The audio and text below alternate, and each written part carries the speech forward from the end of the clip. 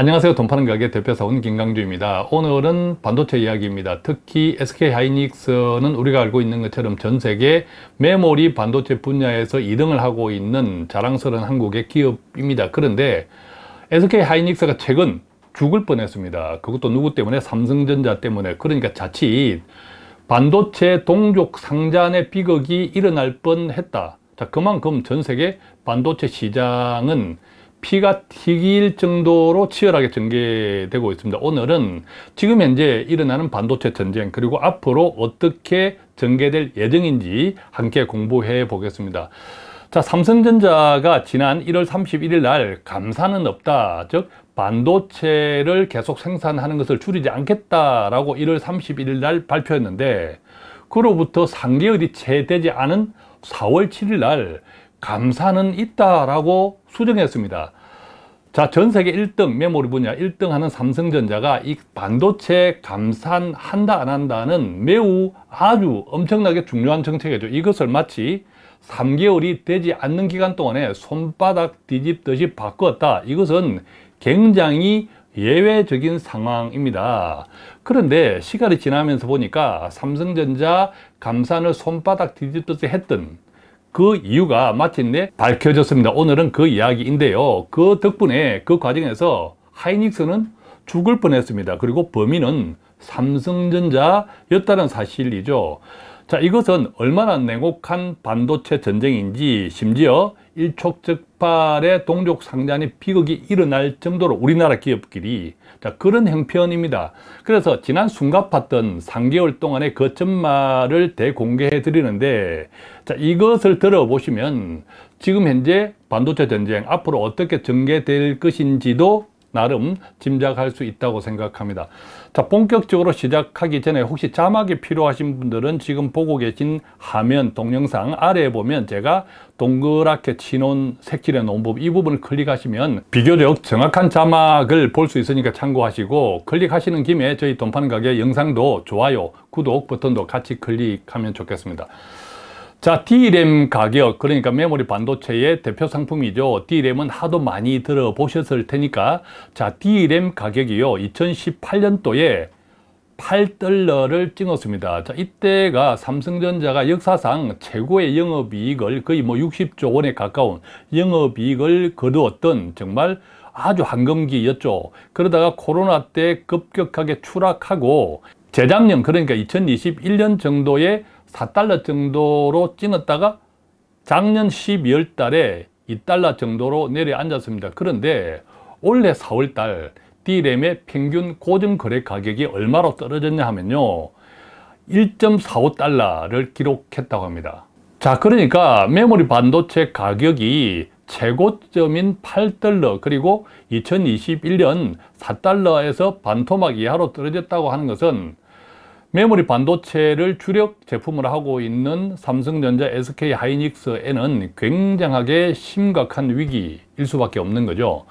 자, 그 덕분에 삼성전자 실적 추이를 보면요, 계속 영업이익은 떨어지고 있습니다. 떨어지고 2023년 1분기에는 6천억 원 정도, 삼성전자 전체 실적입니다. 그런데 실제로 이제 삼성전자는 가전도 반도체뿐만 아니라 가전, 스마트폰도 같이 하니까 이것들을 총 합치니까 6천억 정도 영업이익이 생겼다라는 것 뿐이지, 자, 반도체 부문만 따로 떼서 보면 올해 1분기에 무려 4조 원, 약 5조 원에 가까운 마이너스를 기록했는데, 이게 어느 정도 의미가 있냐 하면, 올해 1분기 삼성전자 반도체 부분의 4조 5,800억 원, 즉 5천억 가까운 적자는 지난 2009년 이후 무려 14년 만이라고 합니다. 그러니까 엄청난 지금 위기에 삼성전자, 하이닉스가 다 봉착해 있는 거죠. 자, 그런데 1월 31일 날, 그러니까 지난해 2022년 1, 4분기 결산을 마치고 삼성전자가 실적을 발표하는 그 자리에서 감사는 없다라고 발표는 했습니다. 자, 고 이병철 삼성 회장이 1983년도였죠. 소위 도쿄 선언을 통해서 반도체 사업 하겠다, 이것을 선언한 지 40년 동안 삼성전자는 계속 성장했는데, 이번에 최대 위기를 맞았습니다. 최대 위기를 맞았는데 1월 31일 날 감사는 없다라고 했다는 거죠. 자, 1월 31일 날 이 감사는 없다 누가 발표했나 하면 경계현 삼성전자 사장이 발표했는데, 이 사장한테 많은 사람들이 이런 질문을 했죠. 왜 감산하지 않느냐라고 질문을 하니까 어떻게 대답을 했냐면, 지금 우리가 손 놓고 다른 회사와 같이 가면 좁혀진 경쟁력 차이를 다시 벌릴 수 없다. 지금이 경쟁력 확보의 마지막 기회라 이렇게 말했는데, 그러면서 덧붙여서 메모리 점유율 40%에 만족하면 안 된다. 예전에 인텔 CPU처럼 90% 점유율이 왜 안 되겠느냐라고 강조했다는 거죠.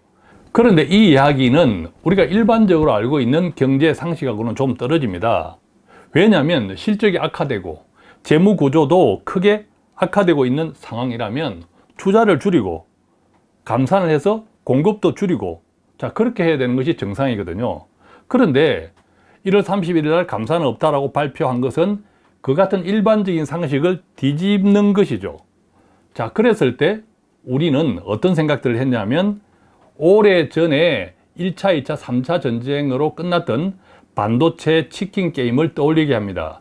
이 반도체 치킨 게임은 어느 하나가 죽어나갈 때까지 끝장을 보는 건데, 당연히 1등 업체는 여유가 있죠. 유리하죠. 당연히 후발 업체, 점유율이 작은 업체들부터 타격을 받습니다.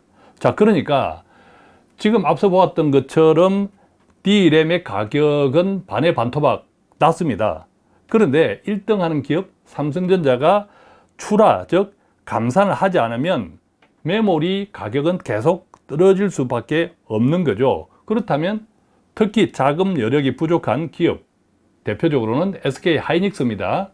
1등 삼성전자, 2등 하이닉스, 3등 미국의 마이크론 할 때 자금 여력이 많은 삼성전자, 그리고 미국의 지원을 등에 업은 마이크론을 빼고 나면 하이닉스가 제일 답답할 수밖에 없는 거죠. 실제로 SK 하이닉스는 계속 유탄을 맞고 있습니다. 최근 시가총액 2등 자리를 삼성 바이오로직스에게 내어줬습니다.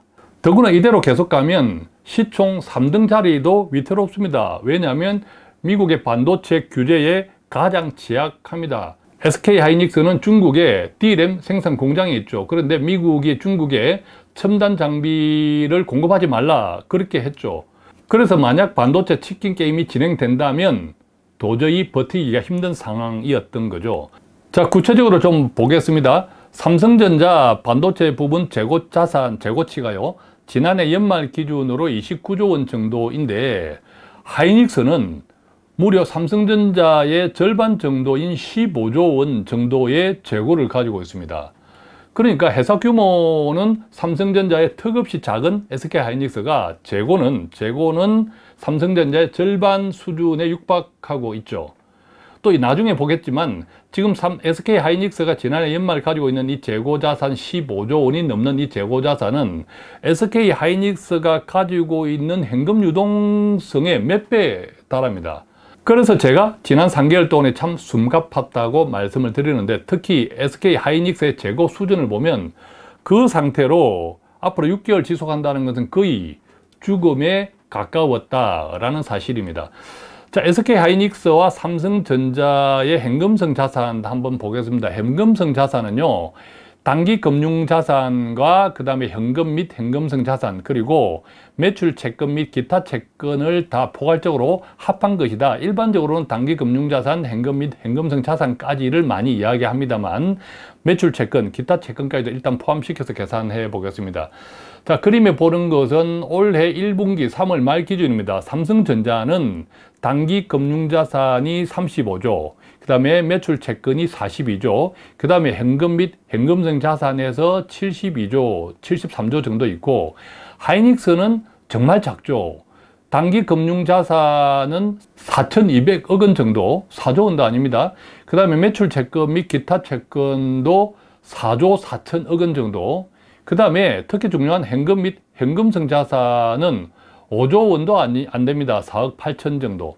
자, 그러니까 이거를 결론해보면 삼성전자는 1분기 3월 말 기준으로 매출 채권 및 기타 채권까지 더하면 현금성 자산으로 분류될 수 있는 게 약 150조 원이라고 하면 SK하이닉스는 약 9조 9천억, 10조도 되지 않습니다. 정말 게임이 되지 않는 거죠. 자, 그러니까 이 SK하이닉스는 삼성전자가 감산하지 않고 계속 그대로 갔다면 정말 죽음 일보 직전에 놓인 거였죠. 그래서 반도체 시장 관계자들 사이에서도 삼성전자가 SK하이닉스 뿐만 아니라 마이크론과 같은 이 글로벌 기업들의 점유율까지 뺏어오는 것을 감산을 하지 않는 목표가 아닌가 라고 생각했던 거죠. 또 마이크론과 만약에 SK하이닉스가 여기서 인수합병을 하거나 대규모 설비 투자를 하기에는 앞서 우리가 지금 보고 있는 것처럼 삼성전자보다 자금이 턱없이 부족한 형편에서 그것도 불가능하다라고 생각하는 거죠. 또 치킨 게임의 결과로 삼성전자가 마이크론 그 다음에 SK하이닉스로부터 메모리 반도체 점유율을 빼앗아 오면 한번 그렇게 빼앗아 온 것들은 다시 뺏기기 힘들잖아요. 특히 1등 기업이니까 그 같은 높은 점유율이 상당 기간 유지될 수 있다라고 생각했던 거죠. 자, 그렇게 빼앗은 점유율은 업황이 좋아지면 다시 가져오기 힘들겠죠. 또 문제는 SK하이닉스 입장에서 볼 때 마이크론은 미국 정부의 지원을 받는 기업이죠. 아시다시피 최근 미국 정부는 자국의 반도체 기업을 노골적으로 밀어주고 있지 않습니까? 즉 마이크론은 미국의 반도체 장비 반출 규제 등의 영향을 받지 않고 당연히 SK하이닉스보다 더 버틸 힘이 있습니다. 결과적으로 이 치킨 게임이 계속 전개된다고 했다면 마이크론은 버텨낼 수 있는데 SK하이닉스는 나가 떨어질 수 있다.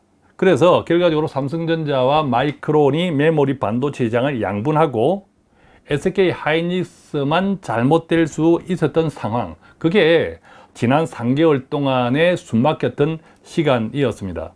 그래서 이 대목에서 우리가 한번 생각해 볼 때 반도체 종목에 투자한다고 하면 반도체 업황이 좋아진다고 모든 반도체 기업이 장기적으로 좋아질 것이다. 이것은 대단히 위험할 수도 있다. 이것도 한번 생각해 볼 필요가 있는 거죠. 자, 그럼 여기서 우리가 지난 역사지만 반도체 치킨 게임의 간단한 역사를 한번 보겠습니다. 결과적으로 지금은 메모리 반도체 분야에서 세 차례 치킨 게임이 끝나고 삼성, 하이닉스, 마이크론으로 1등, 2등, 3등으로 재편되어 있는 상태인데요. 보면 1994년도에는 전 세계의 메모리 반도체 기업들이 이만큼 난립해 있었습니다. 그러다가 1차 치킨 게임 때 96년에서 98년 사이에 몇 개 기업이 떨어져 나갔고 그 다음에 2001년에서 2002년 흔히들 2차 치킨 게임이라고 하는 그 사이에 또 몇 개 기업이 떨어져 나갔습니다. 자, 이 반도체 치킨 게임은 특히 반도체 빙하기, 반도체 가격, DRAM 가격이 하락할 때 재고가 쌓이고 이때 자금력이 부족한 하위 기업들을 자금력이 빵빵한 상위 기업들이 말라 죽게 하는 것, 바로 이게 반도체 치킨 게임이죠. 어쨌든 한국의 삼성전자는 반도체 치킨 게임 세 차례를 거치는 동안에 확실한 성자가 되었습니다. 덕분에 1993년 메모리 반도체 1등의 삼성전자가 그때 올랐는데 그 이후 지금까지 왕자의 자리를 지키고 있죠. 보시는 그림은 반도체 미국 전성시대가 있었고 일본 전성시대가 있었고 한국 전성시대를 자료로 표현해 놓은 건데, 자, 미국 전성시대는 1990년대가 되기 전에 일본에 물려줍니다. 이때 일본은 엔저의 힘으로 반도체 시장이 굉장히 커졌죠. 자, 그러다가 우리가 알고 있는 프라자 합의를 통해서 환율이 일본 엔저가 갑자기 엔고가 되면서 일본의 반도체 기업도 이렇게 폭락합니다. 폭락하고 아까 보았던 반도체 치킨 게임 세 차례 전쟁을 승리로 이끈 한국의 시대가 오면서 지금까지 계속 40년 동안 메모리 쪽에서 백근을 쥐고 있었죠.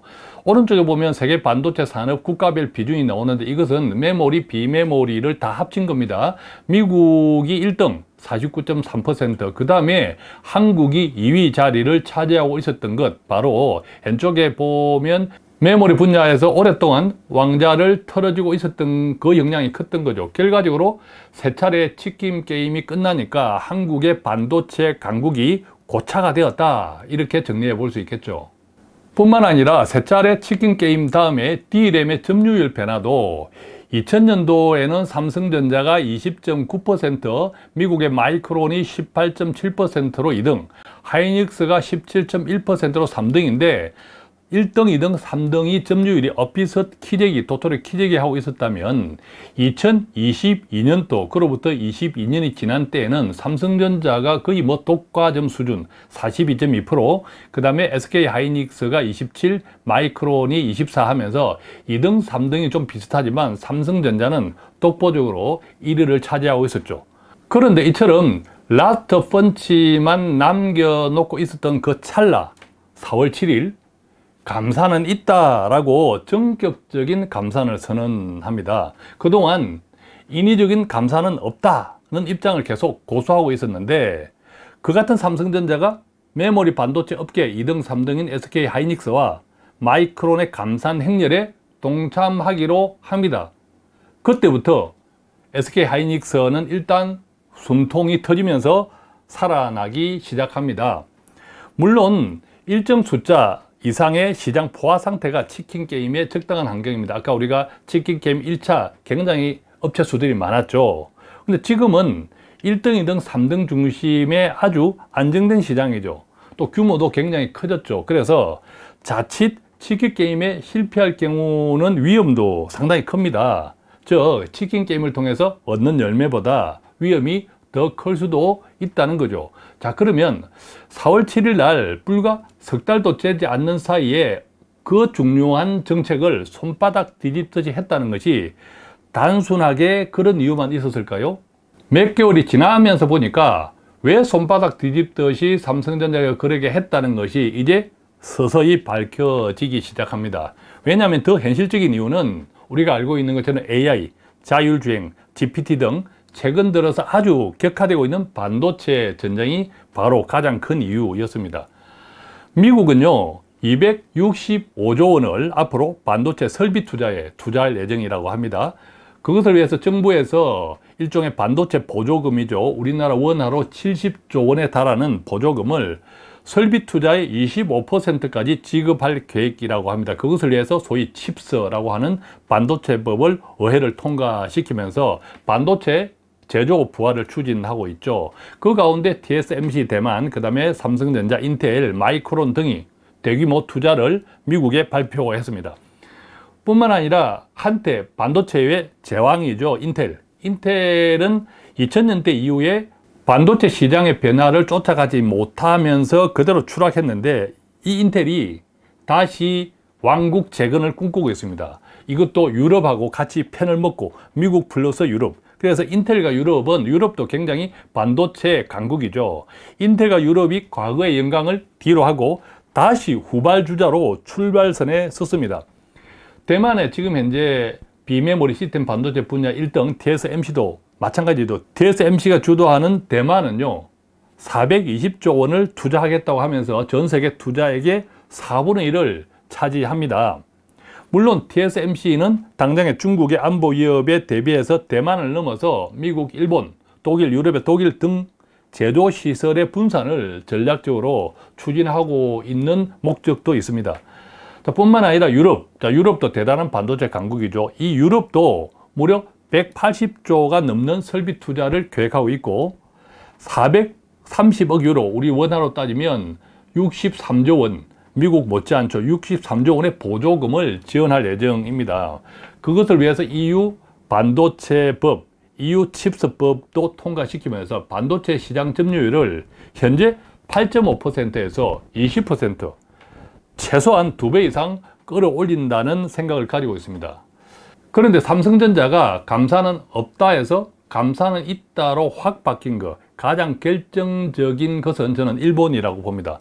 자, 일본도 190조 원의 대규모 투자를 진행 중인데 그 파트너들이 애플, 그 다음에 미국의 IBM, 그 다음에 대만의 TSMC 등등입니다. 사실 일본도 1990년대에는 반도체 전성기였거든요. 그때 전 세계 반도체 시장의 50%가 넘는 점유를 하고 있었습니다. 그 잃어버린 30년을 다시 되찾겠다. 그러니까 한국의 삼성전자, 하이닉스, 한국 기업들을 빼고 나면 미국, 유럽, 일본 할 것 없이 전부 들고 일어나는 형국입니다. 특히 앞서 말씀드렸듯이 일본의 주적은 한국입니다. 한국. 30년 만에 반도체 부흥을 꿈꾸죠. 이 일본이 가장 먼저 맞붙게 될 대상이 바로 한국이라는 뜻입니다. 일본은요, 작년 11월 달에 토요타, 소니, 소프트뱅크 등 자국 대표 8개 기업이 합쳐서 라피더스라는 반도체 기업을 만들고 2027년에 2나노 반도체 생산을 목표로 내걸었습니다. 그런데 지금 현재 라피더스의 기술력이 어느 정도이냐 하면요, 40나노 수준입니다. 자, 그러면 40나노가 2나노를 2027년 지금부터 4년 안에 현실화 시킬 것이라고 합니다. 자, 그것은 당연히 일본 기업으로는 거의 불가능하죠. 그래서 미국의 IBM이 들어오고 어쨌든 그 결과는 알 수 없으나 30년 만에 반도체 영광을 재현하기를 꿈꾸는 일본 입장에서는 메모리뿐만 아니라 비메모리, 즉 대만의 TSMC가 압도적인 점유율 60% 정도 됩니다. 1위를 지키고 있는 비메모리 분야, 자, 그 가운데서도 삼성전자는 2등하고 있거든요. 지금 12%. 삼성전자가 추격하고 있는 비메모리 분야에서도 강력한 도전을 하겠다. 그래서 미국과 일본의 연합군이 생긴 겁니다. 정리하면 한때 반도체 재앙이었던 인텔, 그리고 미국 정부의 강력한 지원과 유럽 동맹의 협력을 등에 업고 다시 후발주자로 치열한 경쟁을 예고했고, 거기다가 일본. 자, 일본도 다시 지난 30년에 잃어버린 반도체 왕국을 재건하겠노라 라고 미국과 동맹을 맺고 뛰어든 형국입니다. 지금 그림에 보면 주요 반도체 업체 일본 내에 신설 공장들이 있잖아요. 앞서 우리가 보았던 라피더스가 홋카이도에 있고, 자, 마이크론은 2027년에 히로시마의 메모리 공장을 완공할 계획으로 있습니다. 물론 일본의 자금 지원을 받습니다. 자, TSMC도 2024년도 내년이죠. 구마모토의 일본 돈을 지원을 받아서 TSMC도 비메모리 공장을 완공할 예정으로 있고, 물론 삼성전자도 요코하마의 후내년 목표로 일본의 재정 지원을 조금 받으면서 메모리 반도체 공장을 완공할 예정으로 있습니다. 그야말로 삼성전자는 저가의 동침을 하고 있는 형편이죠.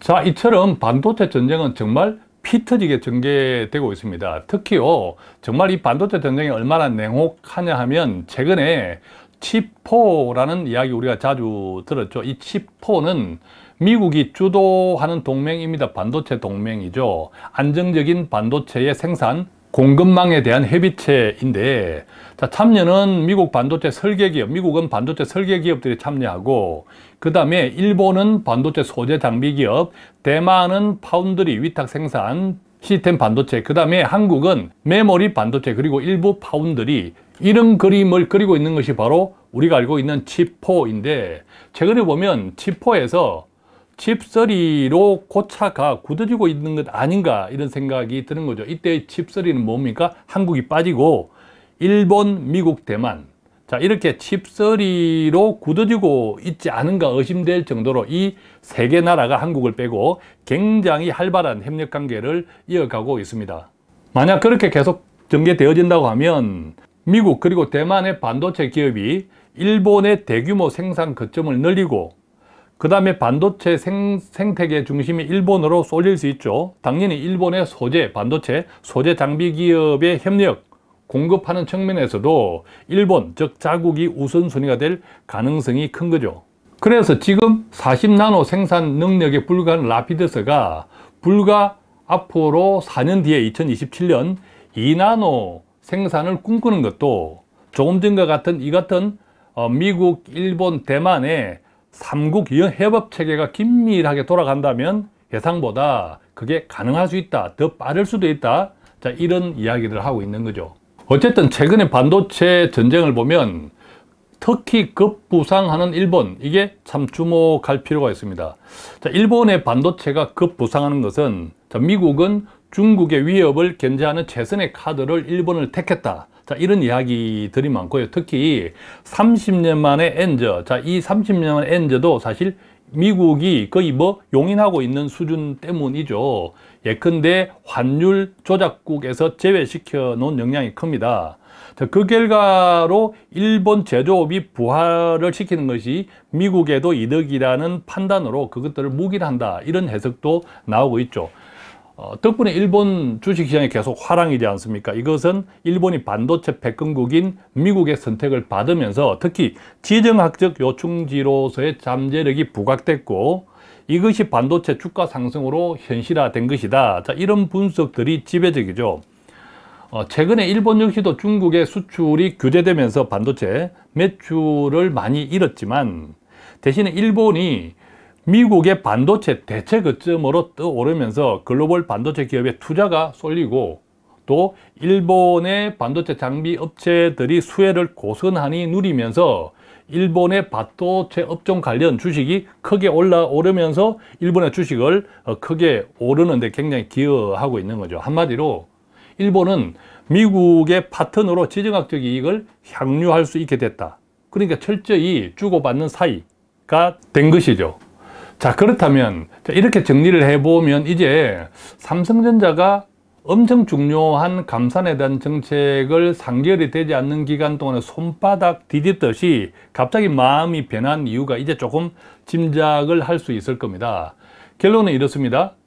단순히 실적 때문이 아니고 결국은 자본력, 즉 감산을 하겠다라고 했던 것은 삼성전자의 실적을 개선하기 위해서인 것이 아니라 결국은 자본력, 즉 자금을 아끼기 위한 일보 후퇴였다라는 사실이죠.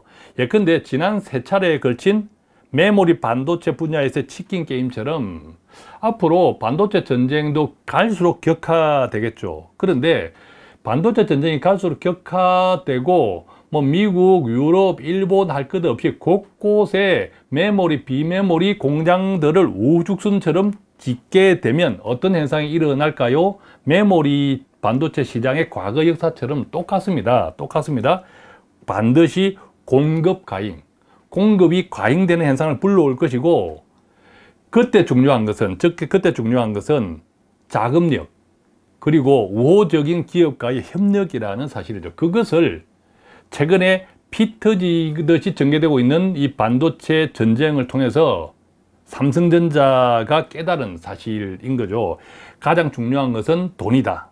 그래서 현재의 자금력을 이미 확보하고 있는 메모리 반도체 분야의 점유율 확장에 쓰기보다는 더 큰 싸움을 준비하는 것이 필요하다. 또한 메모리 분야 2위 우리 한국 기업 하이닉스와 전략적 동맹관계를 형성하는 것이 중요하다는 판단을 했지 않을까 생각합니다. 그 때문에 감산을 안 한다고 했다가 다시 손바닥 디딜듯이 쉽게 감산을 한다라고 SK 하이닉스의 퇴로를 열어주었다고 생각합니다. 결론 뭡니까? 언젠가는 공급 과잉이 있을 거야. 결국 그때 공급 과잉과 치킨 게임이 동시에 올 거야. 그때 싹쓸이 할 수 있어야 돼. 이게 엄청난 야망이죠. 그 과정에서 돈 아껴야 돼. 그 다음에 우리 우군끼리의 동맹은 필수적이야.